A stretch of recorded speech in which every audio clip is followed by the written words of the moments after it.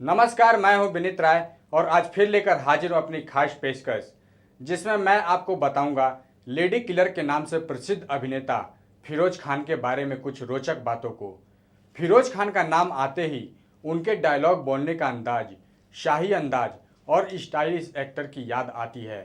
उनकी एक्टिंग में फिल्म दर्शक को बांधे रखने का काम करती थी। फिरोज खान ने फिल्मों में जहां हीरो का रोल किया था, वहीं खूंखार विलेन का रोल भी निभाया था। 2007 में आई कॉमेडी फिल्म वेलकम में उनकी एक्टिंग और उनका उपनाम आरडीएक्स खूब पसंद किया गया था और उनका डायलॉग अभी हम जिंदा हैं को शायद ही लोग कभी भुला पाएंगे। फिरोज खान जितने अपनी फिल्मों के लिए चर्चा में रहते थे, वहीं वो अपने अफेयर के चलते भी सुर्खियों में रहते थे। तो आइए आज हम आपको बताते हैं फिरोज खान के जिंदगी और एक ऐसे अफेयर के बारे में जिसे बहुत ही कम लोग जानते होंगे। कुर्बानी और जाबाज जैसी फिल्मों के जरिए जिंदा दिल और रोमानी हीरो के रूप में पहचान बनाने वाले बॉलीवुड अभिनेता फिरोज खान की सोमवार को जयंती है। फिरोज खान का जन्म 25 सितंबर 1939 को अफगानिस्तान से विस्थापित होकर एक पठान परिवार में हुआ था। उनके पिता सादिक खान अफगानी और उनकी माता फातिमा ईरानी थी। अभिनेता के रूप में भी फिरोज खान ने बॉलीवुड के नायक पर परस्पर छवि के विपरीत अपनी एक विशेष शैली गढ़ी, जो आकर्षक और तड़क भड़क वाली छवि थी। उनकी अकड़कर चलने की अदा और कव्वाय वाली इमेज दर्शकों के मन में आज भी बसी हुई है। वे पूर्व के क्लाइंट ईस्टवुड कहे जाते हैं और ईस्ट उद्योग के स्टाइलिश आइकॉन माने जाते हैं। फिल्मी दुनिया में कदम रखते समय 18 साल के फिरोज खान को एक विदेशी लड़की से प्यार हो गया। लड़की शादी करना चाहती थी, लेकिन फिरोज खान करियर बनाने की धुन में इसीलिए पहला प्यार परवान नहीं चढ़ सका। जुदाई का दर्द अपनी जगह था और हीरो बनने की जद्दोजहद अपनी जगह। फिरोज खान को फिल्में तो मिल रही थी, लेकिन मुख्य किरदार न मिल पाने से उनकी पहचान नहीं बन पा रही थी। शुरुआती दौर में उन्हें कम बजट वाली थ्रिलर फिल्में ही मिली, जैसे रिपोर्टर राजू, सैमसन, चार दरवेश, एक सपेरा एक लुटेरा, CID 999। अपनी पहचान बनाने के लिए फिरोज को 8 साल लंबा इंतजार करना पड़ा। 1965 में आई फिल्म ऊंचे लोग की कामयाबी ने फिरोज खान को मजबूती से स्थापित कर दिया। अपनी पहली उल्लेखनीय फिल्म ऊंचे लोग, जो 1965 के बाद उसी साल सहायक अभिनेता के रूप में उनकी ब्लॉकबस्टर फिल्म आरजू आई। इस फिल्म ने फिरोज खान के लिए बड़े बजट और लंबे निर्देशकों की फिल्मों के द्वारा खोल दिए। आदमी और इंसान और सफर ने फिरोज खान को भारी लोकप्रियता दिलाई। आदमी और इंसान के लिए तो उन्हें श्रेष्ठ सह अभिनेता का फिल्म फेयर अवार्ड भी मिला, लेकिन इसके बाद फिरोज खान को उनकी मेहनत का सिला किसी बड़े पुरस्कार के रूप में कभी भी नहीं मिला। फिर उनके अभिनय जीवन के 42 साल बुढ़ापे में उन्हें फिल्म फेयर का लाइफ टाइम अचीवमेंट अवार्ड मिला। कमीज के ऊपर के 2 बटन खुले हुए और टाइट फिटिंग की पैंट, होठों में या फिर हाथ में लापरवाही से पकड़ी हुई सिगरेट, यह फिरोज खान का अपना स्टाइल था जो उनकी फिल्मों में बार बार नजर आता। निजी जीवन में भी फिरोज खान अपने कपड़ों की खासियत और स्टाइल की वजह से पहचाने जाते रहे हैं। मुख्य किरदार का रोल पाने के लिए संघर्ष करते फिरोज खान को महसूस होने लगा था कि उन्हें फिल्म निर्देशन की बारीकियां सीख लेनी चाहिए, क्योंकि अपनी डायरेक्टर की हुई फिल्म से ही उन्हें सब कुछ करने का मौका मिल सकेगा जो वो चाहते हैं। वह चाहते थे कि हॉलीवुड नुमा फिल्में और फिल्म अफराद, जो 1972 में आई थी, के प्रोड्यूसर डायरेक्टर बनकर फिरोज ने अपने फैसले को सही साबित कर दिया। एक्शन, कार रेस, दुस्साहसी स्टंट, बंदूक और हिंसा फिरोज खान के पसंदीदा फिल्मी विषय रहे। उनकी अधिकतर फिल्मों उनका नाम राजेश या फिर राकेश हुआ करता था। अपराध के बाद फिरोज खान ने कश्मकश और गीता मेरा नाम में काम किया।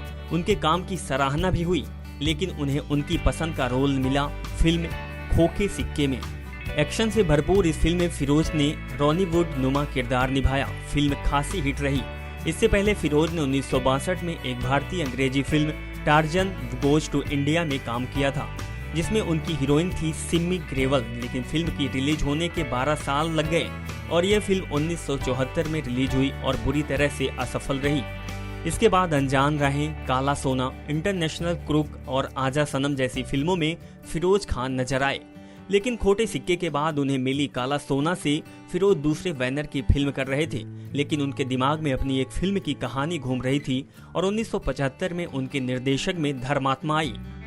अपनी पहली बनाई फिल्म अफराद में जहां Feroz formula car race shoot करने जर्मनी गए, वहीं धर्मात्मा की पूरी शूटिंग अफगानिस्तान में हुई और इसमें वहां के परंपरागत घुड़सवारी में खतरनाक खेल बुजकशी को दिखाया गया, जो भारतीय दर्शकों के लिए नया और पहला अनुभव था। फिरोज खान अपनी बनाई फिल्मों में हीरोइन के सौंदर्य और सेक्स अपील को अपनी खास नजरिए से पेश करने के लिए ही याद किए जाते हैं। धर्मात्मा स्वप्न सुंदरी हेमा मालिनी के उन चुनी हुई फिल्मों में है जिनमें उनकी बेपनाह खूबसूरती को बेहद सधे हुए ढंग से प्रदर्शित किया गया। जाबाज में अनिल कपूर और डिम्पल कवाड़िया का प्रणय दृश्य भारतीय सिनेमा के यादगार प्रणय दृश्यों में से एक माना जाता है। फिरोज ने दयावान में माधुरी दीक्षित और विनोद खन्ना का लगभग 2 मिनट लंबा चुंबन दृश्य दिखाकर दर्शकों के बीच हंगामा खड़ा कर दिया था। इतना लंबा चुंबन दृश्य इससे पहले भारतीय सिनेमा के इतिहास में कभी भी नहीं दिखाया गया था और कुर्बानी में भीगी साड़ी में जीनत का सौंदर्य कभी न भुला पाने वाला दृश्य बन गया। फिरोज खान के जीवन की सबसे बड़ी हिट फिल्म थी कुर्बानी। 1980 में प्रदर्शित इस फिल्म का बजट 2 करोड़ रुपए था। फिल्म को पूरा करने के लिए फिरोज खान को अपने रेस के घोड़े बेचने पड़े थे और साथ ही रेस पर दांव लगाने का अपना शौक भी उन्हें बंद करना पड़ा। इस फिल्म में बिट्टू की संगीत में नौजवान में तहलका मचा दिया, खासकर पाकिस्तानी मूल की गायिका नाजिया हसन के गाए गीत आप जैसा कोई मेरे जिंदगी में आए।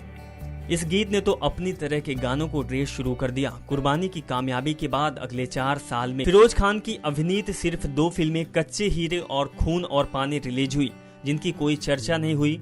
1985 में फिरोज खान की निर्देशित और अभिनीत फिल्म जाबाज आई।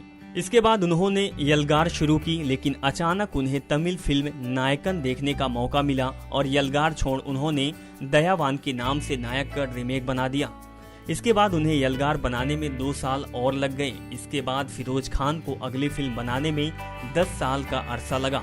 हालांकि बीच में उन्होंने रीना राय के साथ गुले बकावली में काम किया, लेकिन यह फिल्म कभी प्रदर्शित नहीं हो सकी। इस दौरान उनसे जब भी अगली फिल्म के बारे में पूछा गया तो उन्होंने यही जवाब दिया कि उन्हें अच्छी कहानी नहीं मिल रही और फिरोज खान बेंगलोर के अपने फार्म हाउस पर शाहाना जीवन जीने लगे।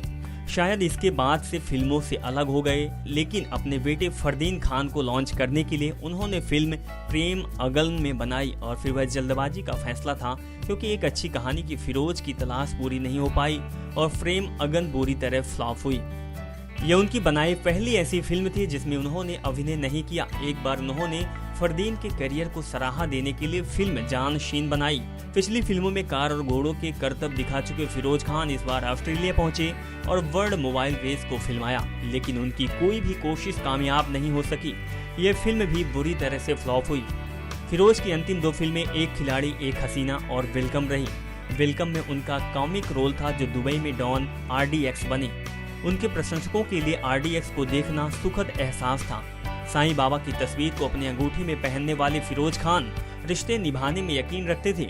उन्होंने अपनी कई फिल्मों की हीरोइन और गहरी दोस्त मुमताज की बेटी से अपने बेटे फरदीन की शादी करवाई। अपने बच्चों को उन्होंने अपनी तरह ही आजाद ख्याल बनाया। जब उनकी बेटी लैला ने भारतीय टेनिस खिलाड़ी रोहित राजपाल से अपने प्यार और शादी करने के फैसले से घर वालों को अवगत कराया तो फिरोज ने कोई आपत्ति जाहिर नहीं की और धूमधाम से लैला की शादी रोहित से हुई।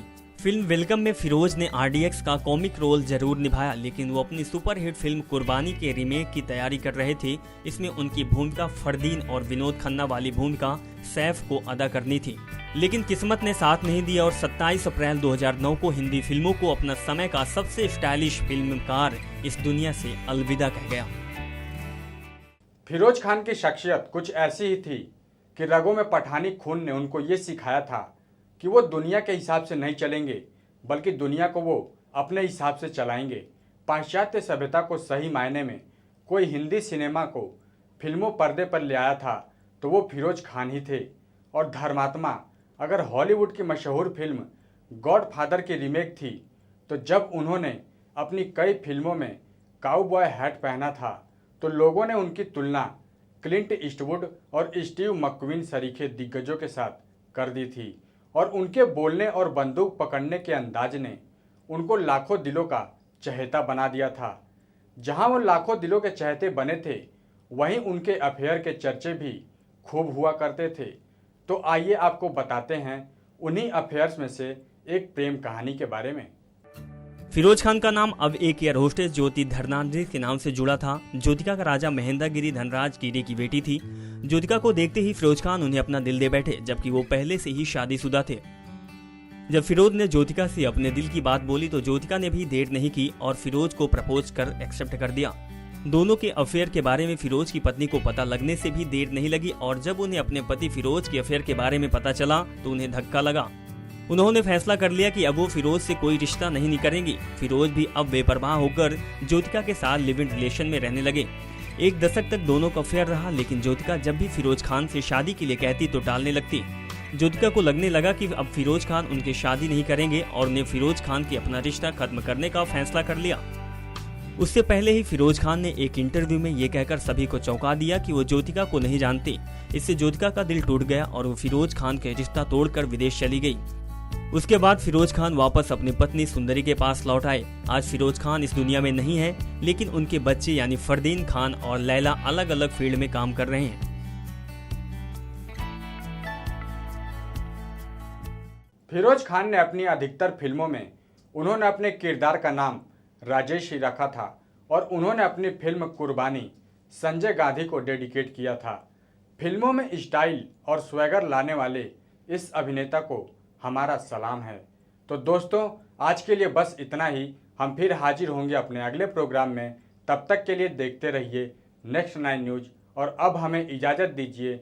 नमस्कार।